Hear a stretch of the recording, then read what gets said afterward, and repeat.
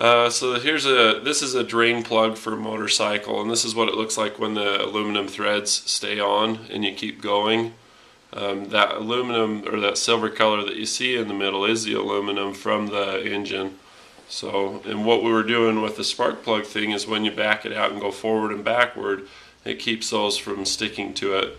They can either stay on because of corrosion, like we had there with a head gasket failure, or in this case they can happen like this from over tightening and breaking the aluminum threads. So anyway, I just thought I'd show that.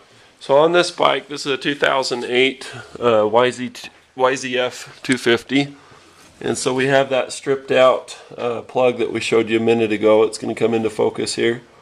So there's the plug. I cut a piece of hose and I stuck the hose in there like a spring between the frame and the plug. The reason why I did that is there are no threads. So I want to take it out this weekend, and so we wrapped it in Teflon tape, and then I tightened it in there with the Teflon tape so that the Teflon's only holding it back, but it's not holding the plug in per se. So then we have the hose zip tied to the frame.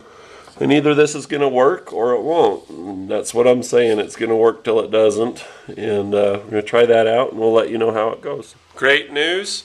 I contacted the guy that owned the dirt bike, and his son rode it like crazy. And the oil plug stayed in, the oil stayed in, and it worked great. So chalk that up as an effective fix. I thought of something after the fact where I zip tied it. I thought it might be effective to wrap some type of duct tape, electrical tape. You gotta involve duct tape, for crying out loud. If you're gonna jerry rig something, if you don't use duct tape, you're doing it wrong, right?